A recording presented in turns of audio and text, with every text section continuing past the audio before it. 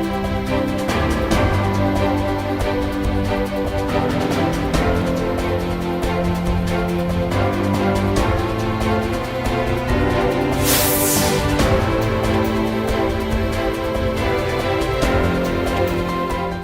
वालेकुम नाज़रीन, मैं शमशाद खादरी।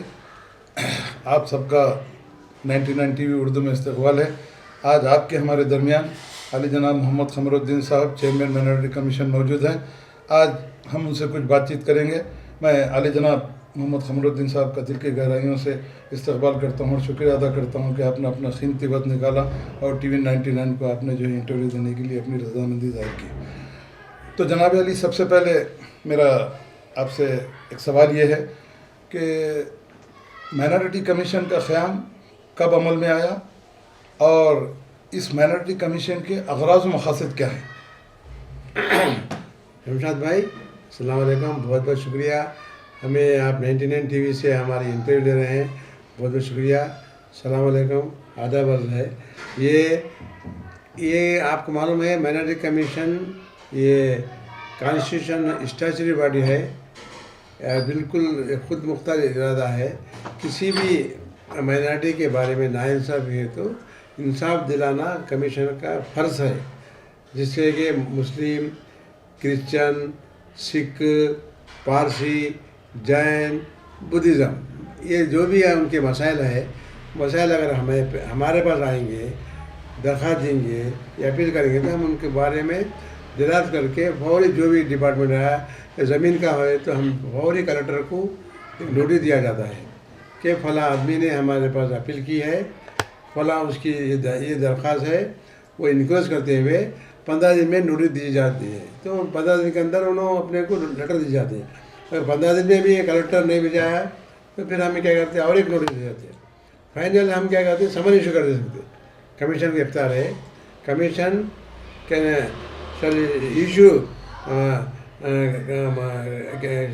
शल इशू कमीशन और के वारंट भी इशू कर सकते हैं।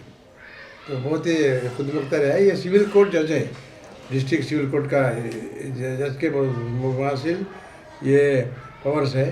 पर जो भी है, हम आने के बाद तकरीबन 1470 केस हम रजिस्टर किया गया है 3 साल में।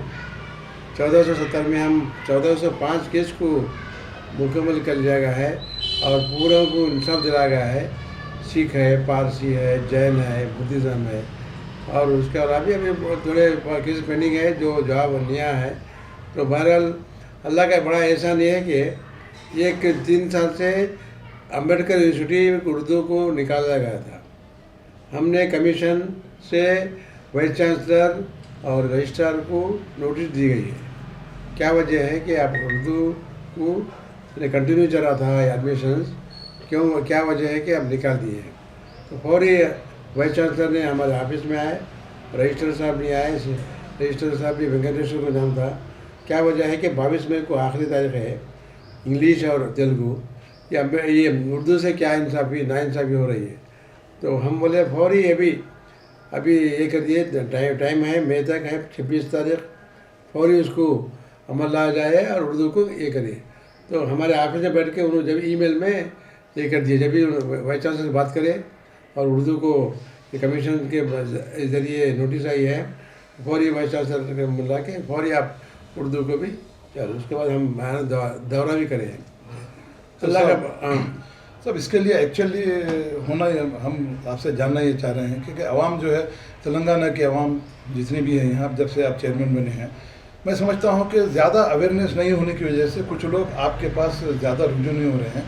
आपका दायरा इख्तियार कहाँ तक है? कौन कौन से ऑफिसर आपके दायरे इख्तियार में आते हैं और किन किन के ख़िलाफ़ जो है आप एक्शन ले सकते हैं, और आपके इख्तियारात में क्या क्या एक्शन लेने के जो है आपके इख्तियारात हैं? शमशाद भाई, बड़ी अच्छी बात की है आपने, बड़ा सवाल किया है। ये क्या है बोले तो कमीशन किसी भी इसमें इन्वॉल्व हो सकता है।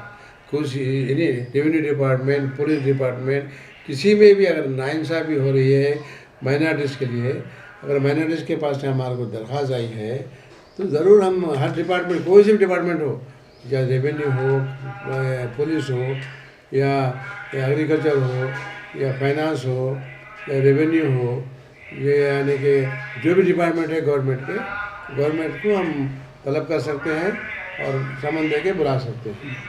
सब आपके जो है दौराने पीरियड में आप अब तक जो है कितने केसेस, कितनी दरखास्तें आपके पास आई हैं, और नहीं आपके पास कितनी दरखास्तें आई हैं और कितनी दरखास्तों की यकसी हुई है? आम नज़रिया ये है कि दरखास्तें आते हैं आपके इजलास पे, जो लोग आते हैं ऑफिसर आता है, उसके बावजूद किसी किस्म की कोई जो इसमें पेशरफ नहीं हो रही है, ये कहाँ तक सही है? ये बड़ा हिमराज भाई, आप खुद जानते हैं कमीशन हम आने के बाद कमीशन का बहुत बड़ा ये होगा। 1400 केस कोई नहीं करा आज तक 98 से। 1560 केसेस हमारे पास रजिस्टर हुए हैं। 98 से आज तक भी 400-600 से ज़्यादा कोई पिटिशन नहीं है। ये बहुत अल्लाह का बड़ा एहसान है कि कारनामा 1560 हम रिसीव करे हैं। इसमें A category, B category, C category के लिहाज से। तो ये कमीशन का पहला लोग ने तारीफ करेंगे कि ये पहला कमीशन है जो 1560 एप्लीकेशन आप ये कहे हैं। हमारे पास बायोडाटा है कि कभी भी कोई कमीशन भी 700 से ज़्यादा पिटिशन नहीं लिया है 98 से। 90 तकरीबन 25 साल हो गए। 25 साल में ये हमारे ऑनरेबल सीएम साहब का शुक्रिया अदा करना चाहिए कि कमीशन चेयरमैन को मेरे को बहशत चुने हैं। मैं रिटायर्ड इंजीनियरिंग चीफ हूँ, यानी कि थोड़ा बहुत मेरे को एडमिशन जानना चाहता हूँ सर, इसलिए ऐसा भी ये नहीं। अभी 98 के बाद 18 तक कोई पिटिशन कमीशन को 700 से ज़्यादा कोई आई नहीं। एक पहले टर्म में 400, 300, 400 ऐसी तरह। तो बहरहाल 700 से ज़्यादा कोई नहीं आया। अल्लाह का बड़ा एहसान है, अवेयरनेस बहुत हुआ है। हर कोई रोज़ाना हमारे ऑफिस में आते हैं और मेरे को कहीं फ़ोन करते हैं और पे करते हैं। हमारे ईमेल है, ईमेल के जरिए दरख्वास्त आ रहे हैं। जैसे लॉकडाउन है, लॉकडाउन के वजह से थोड़ा अवेयरनेस कम हुआ है, फिर भी हम ऑनलाइन में भी ईमेल से जरिए भी एप्लीकेशन दे रहे हैं। बहुत बड़ा एहसान है। तो सब इसमें और एक अहम सवाल आपसे मैं करना चाह रहा हूँ, जैसा कि उर्दू को दूसरी सरकारी ज़बान बना दी गई थी, तो मैं समझता हूँ उर्दू के लिए भी आपके पास से बहुत से पिटीशन आए हैं। तो उसके लिए कहाँ तक आपके ऑफिस से पेशरफ थी और कहाँ तक उर्दू को जो इम्प्लीमेंटेशन करने के लिए आपने उसके लिए यानी कि पूरे हिंदुस्तान में सेकंड लैंग्वेज हमारे यहाँ तेलंगाना में उर्दू है। मैंने कहा हमारे ऑनरेबल सीएम साहब का बहुत एहसान है। वो गंगा जमनी ये सेकुलर है और हमेशा माइनॉरिटी के लिए सोचते हैं। तो सेकंड लैंग्वेज करे हैं। सेकंड लैंग्वेज से बहुत सारे लोग खुश हुए। हमारे तरफ से भी दरख्वास्त गई थी ऑनरेबल सीएम साहब के पास माइनॉरिटी डिपार्टमेंट से, यानी कि GAD को हम लिखे हैं। तो तकरीबन बहुत लोग को ये समझते वो सेकंड लैंग्वेज हो गया। ऑनरेबल सीएम साहब फौरी हमारा लेटर जाने से पहले वो सेकंड लैंग्वेज कर दिए। ये हिंदुस्तान में यानी कि तेलंगाना में बहुत ही गंगा जमनी सेकुलर सीएम है हमारे। बहुत ही माइनॉरिटी के लिए हर चीज़ देखिए, हर चीज़ में कर रहे हैं। यानी ओवरसीज स्कॉलरशिप 20 लाख यानी कि दे रहे हैं। कुछ पढ़ना चाह रहे तो अमेरिका, लंदन, ऑस्ट्रेलिया, और जितना और शादी मुबारक की भी 1,16,000 दे रहे हैं सीएम साहब हमारे। और बहुत ही अच्छा काम हो रहा है। और इलेक्ट्रिसिटी आपको 24 घंटे दे रहे हैं, पानी दे रहे हैं। परसों में पानी का भी ये किए हैं। बहरहाल हमारे सीएम साहब हर एक के लिए, माइनॉरिटी बोल के नहीं, हर एक के लिए ये कर रहे हैं। बड़ा एहसान है कि अच्छा है। हमने उसमें आप अभी हमारे शमशाद साहब बोले उस्मान यूनिवर्सिटी का दौरा करें। उस्मान यूनिवर्सिटी में उर्दू, अरबी, फ़ारसी के प्रोफेसर नहीं थे।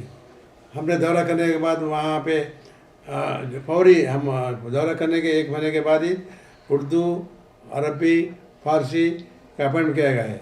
हमारे गोपाल रेड्डी साहब रजिस्ट्रार ने मेरे को फ़ोन भी बोले हैं। तो अल्लाह के एहसान है, कमीशन जा रहा है, किसी को भी ये कर रहे हैं, बराबर ये कर रहे हैं। अभी हमारे शमशाद साहब ने फरमाया था कि सिखों के लिए क्या, सिखों के लिए हमने गुरुद्वार महेंद्र इसमें 3,000 गज दिलाए। वो कई जमाने पेंडिंग था, बहुत बड़ा ये हुआ। और क्रिश्चनों के लिए हमने धारूर मेथडी चर्च को 2,50,00,000 दिए, अमेनिटीज़ के दिलाए हैं। वहाँ पे एक नवंबर में यात्रा होती है मेथडी चर्च के लिए।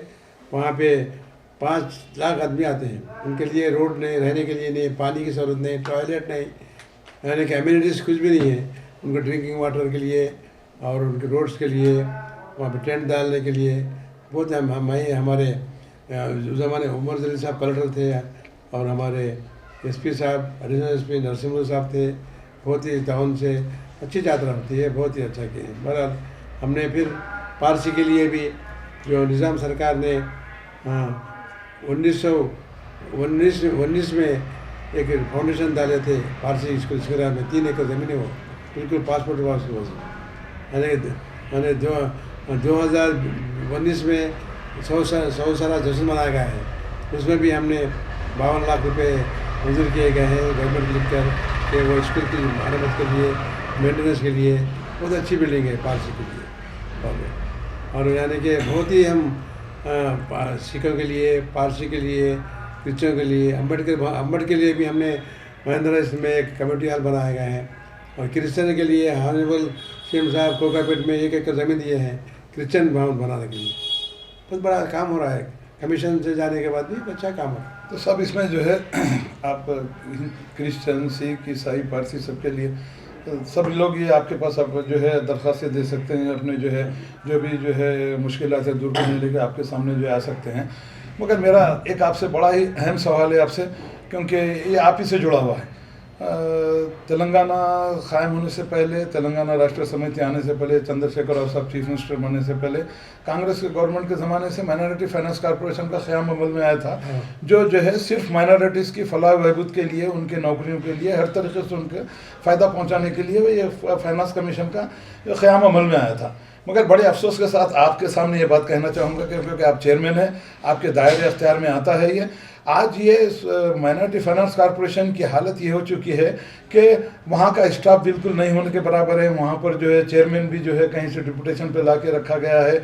बजट का सैंक्शन होना बड़ा मुश्किल हो गया है। वहाँ के जो है चेयरमैन साहब नहीं हैं, उनकी मियाद ख़त्म हो चुकी है। तो इन सब बातों के लिए मैं आपसे ये मालूम करना चाह रहा हूँ कि क्या आपके दायरे अख्तियार में कुछ ऐसी चीज़ नहीं है कि आप गवर्नमेंट को लिखते हुए स्टाफ को जो है फुल फ्लेज स्टाफ वहाँ पर लाएं और जो भी बजट माइनॉरिटी के लिए मुख्तस किया जाता है उसको मुकम्मल तरीके पर जो अगर ख़र्च करें, तो मैं समझता हूँ कि जितने माइनॉरिटीज़ तेलंगाना में काम कर रही हैं उनके लिए एक सहूलत जो है पहुँचाई जाएगी। क्योंकि हमेशा जब भी बजट आपका सेंक्शन होता है, बजट एलोकेट होता है, वो पूरा बजट खर्च नहीं होता। मैं आपके नॉलेज में इसलिए लाना चाह रहा हूँ कि आप चेयरमैन हैं, ये आपके दायरे अख्तियार में भी है। क्या इस बारे में आप हुकूमत को जो है इस बारे में तवज्जो मनोद करेंगे कि सही बजट रिलीज़ किया जाए और तमाम स्टाफ को जो है वहाँ पर तमाम मखलूआ ज़्यादा जितने हैं उस पर उन पर तकर्रुर किया जाए?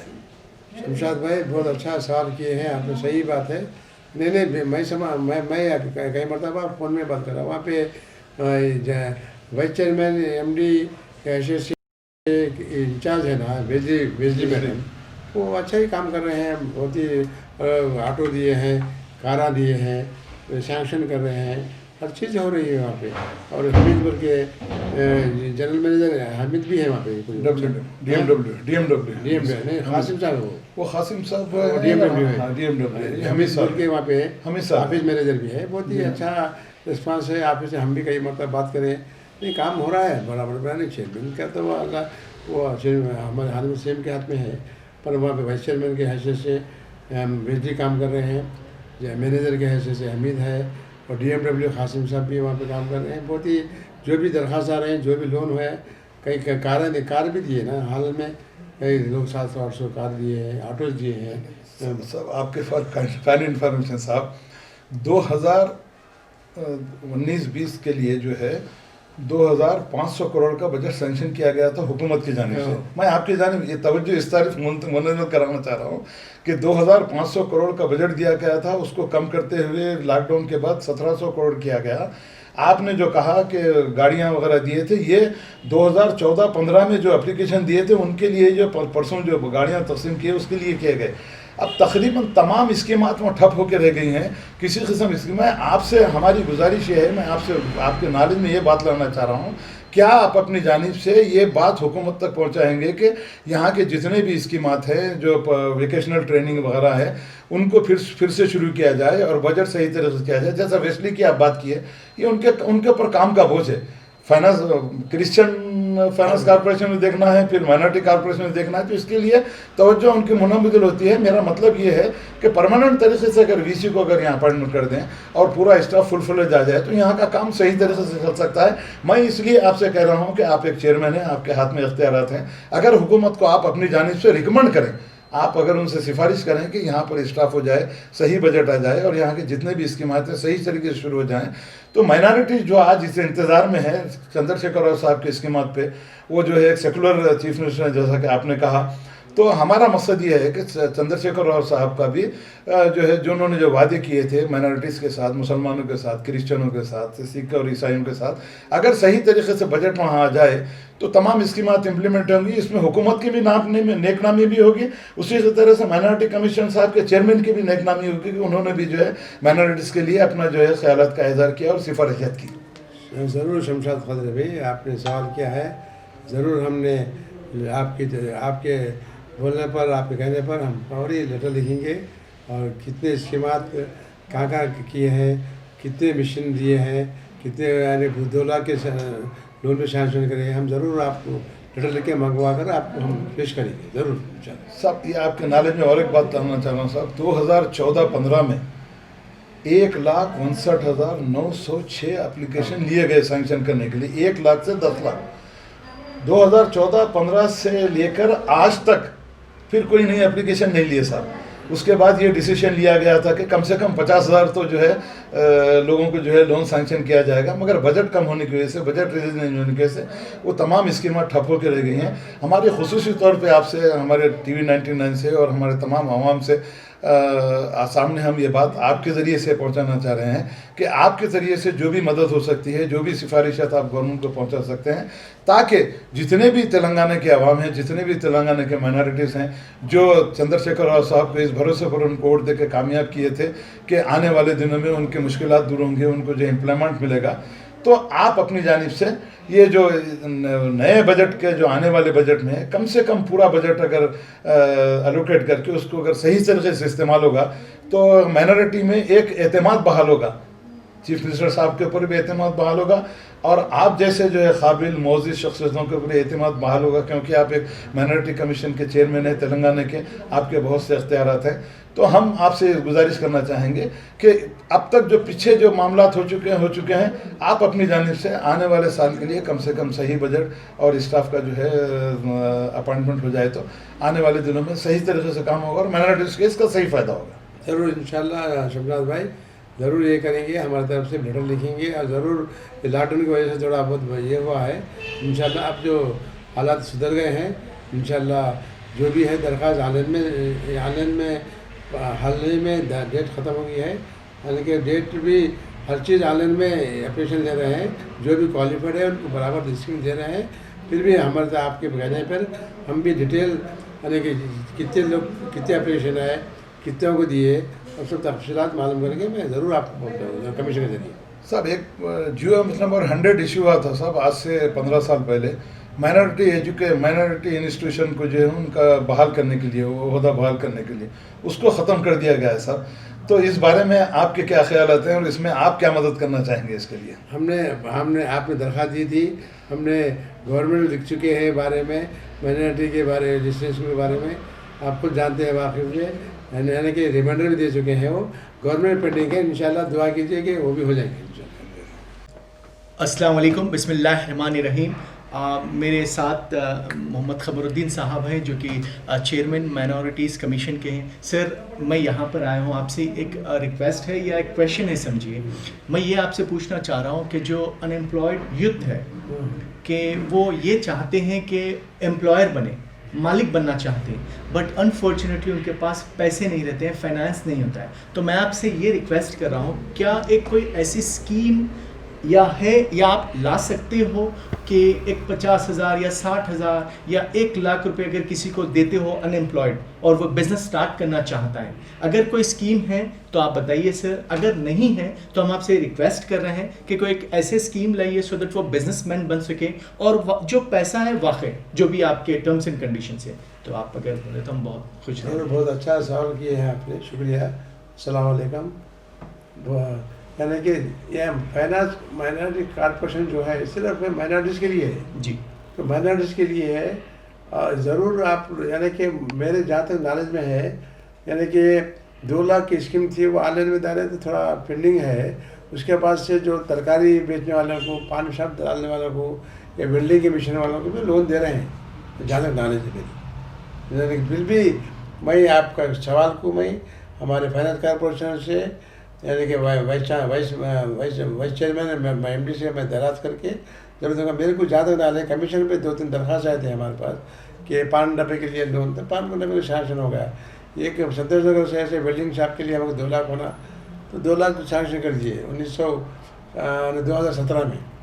और उसके बाद 19 में एक दरख्वास्त थी हमारे पास कि तरकारी की वेजिटेबल दुकान लगाते हैं हम, हमारे को फाइनेंस किए, फाइनेंस होना तो वहाँ भी सैंक्शन किए। यानी कि जो भी स्कीम है गरीबों के लिए, ऑटो तो मालूम है आपको दे रहे हैं, और क्या है रिक्शा भी दे रहे हैं। पहले रिक्शा तो आप कहीं चला रहे हैं, तरकारी वगैरह, और वेल्डिंग की मशीन के लिए कोई कारखाना डालना चाह रहा, मैंने बैग का सूटकेस बनाने के लिए तो लोग कर रहे हैं। अगर नहीं हो रहे हैं तो मैं ज़रूर आपके ज़रिए हमारे फाइनेंस कॉरपोरेशन से मालूम करके ज़रूर रिपोर्ट दूँगा इंशाल्लाह। सर बहुत शुक्रगुजार हैं आप जिस तरह आंसर दिए, बहुत अच्छी बात है सर। सर मेरा ये रिक्वेस्ट है कि देखिए यूजुअली क्या होता है, गवर्नमेंट जो होती है कि सपोर्ट करना चाह रही है, मैं मानता हूँ, मैं काफ़ी इज्जत करता हूँ, आप भी हैं, आप ऐसे मुकाम पे हैं कि आप भी मदद करना चाह रहे हैं, बट जो अवेयरनेस नहीं हो रहा है, जो लोग आप देखते हैं बास के पास ऐसा है कि सही खाना नहीं है, वो ये कुछ करना चाहते हैं बट उनके प्रॉब्लम्स है कि पैसा नहीं है। तो मैं आपसे ये रिक्वेस्ट कर रहा हूँ कि जिस तरह एक ऐसी बैंक हो सकती है क्या सर, जो कि आम आदमी के पास अगर लोन लेना चाह रहा है तो उनको मदद कुछ कर सकते क्या सर? आप लोग कुछ एक ऐसे स्कीम्स बताएं तो बहुत अच्छा रहेगा सर। ये सब्सिडी है ना, आप फरमाएं जैसा 2 लाख लोन दे रहे हैं जी, 2 लाख लोन बिल्कुल महीने में, यानी कि 5,000 को 10,000 बनना पड़ता है, बाकी पूरा सब्सिडी है, फ्री है सर। तो फिर ये अवेयरनेस क्यों नहीं है सर? लोग अच्छा अवेयरनेस है जी, आप यानी कि नहीं अवेयरनेस है, ज़रूर है। देखिए हमारी हुकूमत ने कि इंडिया में नहीं है 5 रुपये खाना दे रही है। जी बिल्कुल बिल्कुल, 5 रुपये खाना बिल्कुल सही। यानी कि आप मालूम है चावल महंगा है, तरकारी महंगी है, फिर भी इंडिया में कह रही है 5 रुपये दे, बिल्कुल सही। पर बहुत सारे ये हैं, अल्लाह के एहसान है। कमीशन से एक वाक़या बोलता हूँ मैं, कमीशन के ज़रिए जूकल मंडल कामारेड्डी डिस्ट्रिक्ट में एक ज़मीन है जी, जिसकी 15 एकड़ को ज़मीन है, 15 एकड़ है। 2009 में डिवीज़न बेंच का आर्डर है कि वो छोटे मियाँ को ज़मीन दिया जाए, डिवीज़न बेंच का आर्डर है। हमारे पास दोनों 17 में आए, 18 में आए, 18 में आके दरख्वास्त दिए, छोटे मियाँ जब कपड़े नहीं है, उन्होंने बीवी है, चप्पल नहीं है, कोर्ट के आर्डर होने के फिर के थक गए बेचारे, कमीशन की रुजू हुई है। अल्लाह का एहसान है कि हमने उनकी दरख्वास्त को नोटिस, कलेक्टर कामारेड्डी को नोटिस दी गई कि भाई नॉट इम्प्लीमेंटेड म्यूचुएशन सर्टिफिकेट। अल्लाह का एहसान हुआ कि वो कलेक्टर छोटे में बुला के 15 एकड़ का म्यूचुएशन कर दिया गया है। बेचारे के पास कपड़े में 1,000 रुपये मैं दिया, जाओ बस में जाके वो कलेक्टर से मिलो, उन्होंने काम हो जाता। क्या करेंगे सर, 10 साल से फिर साहब आर्डर, हाईकोर्ट का आर्डर होने के बाद नहीं देते सर नंबर में। तो अल्लाह का एहसान हुआ कि गरीब के लिए कलेक्टर साहब ने ये कर लिया। आज ज़मीन कम से कम 1 करोड़ रुपये एकड़ से ज़्यादा है, जिसके पास कपड़े नहीं थे, इसके पास यानी कि भाई 1,000 रुपये तक मिला, तो कमीशन के जरिए। माशाल्लाह, thank you very much sir, माशाल्लाह खबर साहब बहुत ही अच्छा, थैंक यू सर। अल्लाह का शुक्र अदा करूँगा जो अल्लाह ताला आपसे मुझे मिलाया। तो मैं ये चाह रहा हूँ कि साहब सेंट्रल गवर्नमेंट्स के कई स्कीमें हैं साहब कि सीखो कमाओ और क्या कहना है नई मंजिल, ये तो वो सिर्फ सेंट्रल के हद तक ही महदूद हो जाती है सर, और यहाँ पे नहीं पहुँचती। कई मरतबा हम लोग फाइलिंग्स डाल देते हैं और मिले तो भी जो माइनॉरिटीज़ के जो स्कीम्स हैं तो वो माइनॉरिटीज़ को नहीं मिलते सर, दूसरे जनों को मिलते हैं।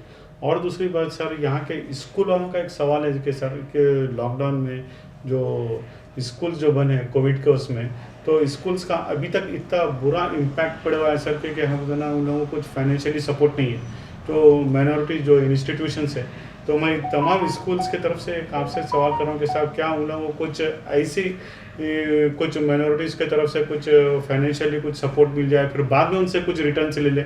ऐसे कुछ स्कूल्स के करस्पॉन्डेंट्स और पूरे प्रिंसिपल्स वगैरह पूरे परेशान हैं क्योंकि बच्चे नहीं आ रहे हैं और रेंट से नहीं निकल रहे हैं, और स्कूल्स के ऊपर ओनर्स का प्रेशर पड़ रहा कि क्या होता है स्कूल्स खाली करो, रेंट्स नहीं दे रहे तो उन लोगों टोटली जो इनकम रहती है साहब स्टूडेंट्स से रहती है, मगर स्टूडेंट्स से नहीं आने की वजह से, लॉक रहने की वजह से स्कूल्स के पूरे करस्पॉन्डेंट्स HMs पूरे परेशान है सर।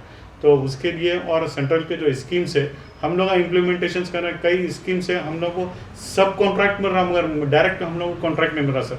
तो उसके लिए आपकी तरफ से कुछ अप्रूवल सही तरीके से गाइडेंस अगर मिल गई माइनॉरिटीज़ के, ताकि वो स्कीम्स यहाँ पे स्टेट में लेके आए और स्टेट्स वालों को यहाँ के इम्प्लीमेंट ये बोले तो बेटर रहेगा सर।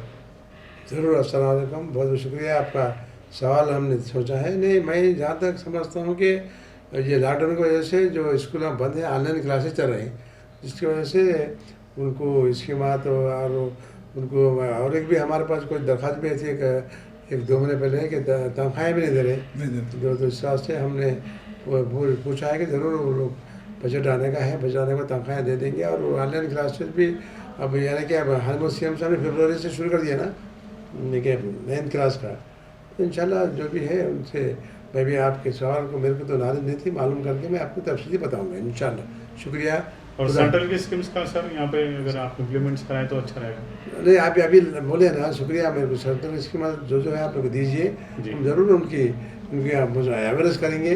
अवेयरनेस के ज़रिए हम ज़रूर इंशाल्लाह ज़रूर उनको स्कीम से यानी कि आवाम उन्नास को फ़ायदा के लिए अप्लाई करने के लिए क्या तरीक़ा है वगैरह सब करेंगे आपके ज़रिए ज़रूर इंशाल्लाह। बहुत बहुत शुक्रिया। मैं हमारे शमशाद भाई जो हमारे बड़े भाई भी हैं, इंशाल्लाह उनकी हम कदर करते हैं जो हमारे यहाँ तक आए हैं ऑफिस से आके जो इंटरव्यू लिए हैं। बहुत बहुत शुक्रिया। खुदा हाफ़िज़। मेरा आखिरी सवाल आपसे ये है सर कि आज जो वक्फ जायदादों का जो मामला है बिल्कुल ही लहलुलात में पड़ा हुआ है, जिसके लिए जो हर तरीक़े से हमने कोशिश की, हमारी एसोसिएशन 99 के ज़रिए से भी हम जो अवेयरनेस कर रहे हैं, तो मगर इसके लिए हो ये रहा है साहब कि उसका सही इन्फॉर्मेशन हम तक नहीं पहुंच रहा है। तो तमाम एसोसिएशन ने एक बात का फ़ैसला किया है कि एक डिटेल मेमोरेंडम तैयार करके आपके जो है नज़र में पेश करेंगे, ताकि आप अपनी तरफ से कुछ एक्शन लेते हुए कितनी जो है वक्फ की जायदादें हैं, कितनी वक्फ प्रॉपर्टी है, कितने इंस्टीट्यूशन है, और वो तमाम इंस्टीट्यूशन की आमदनी क्या मुसलमानों के फलाह बहबूद के ऊपर खर्च हो रही है, नहीं हो रही है। इस मामले में अगर आप अपनी खुसूसी दिलचस्पी लेते हुए एक मरतबा अगर आपके पास वक्फ बोर्ड और माइनॉरिटी फाइनेंस कॉर्पोरेशन और ये तमाम लोगों को बुला के अगर आप उनसे मीटिंग लेके अगर आप बात करेंगे, तो मैं समझता हूँ कि ये मसले का हल भी हो सकता है और आपका दबाव भी उन पर पड़ेगा, तो पड़ेगा। शमशाद भाई बहुत बहुत शुक्रिया। ज़रूर हम पूरा डिटेल मंगा कर आपको ज़रूर देंगे। और वक्फ बोर्ड का भी हम ज़रूर उनसे CEO से बात करके आप हमारे ज़रूर आपको ये करेंगे, ज़रूर हम डिटेल मंगाएंगे उनसे। बहुत बहुत शुक्रिया अली जनाब खमरुद्दीन साहब, आपने अपना कीमती वक्त निकाला और हमको इंटरव्यू के लिए आपने मौका दिया। इंशाअल्लाह ताला फिर नेक्स्ट टाइम कभी आपसे मुलाकात होगी तो नई तरीके से आपसे फिर और कुछ मालूमात हासिल करेंगे, इस उम्मीद के साथ कि जब तक आप यहाँ के चेयरमैन हैं इंशाअल्लाह ताला माइनॉरिटीज़ का, मुसलमानों का, सिखों का, ईसाइयों का ज़्यादा से ज़्यादा फ़ायदा होगा और तमाम जो मसाइल हैं आपके ज़रिए से हुकूमत तक पहुँचेंगे। इस उम्मीद के साथ मैं आपका जो दिल की गहराई से शुक्रिया अदा करते हुए इंटरव्यू ख़त्म करता हूँ। अस्सलाम वालेकुम। शुक्रिया।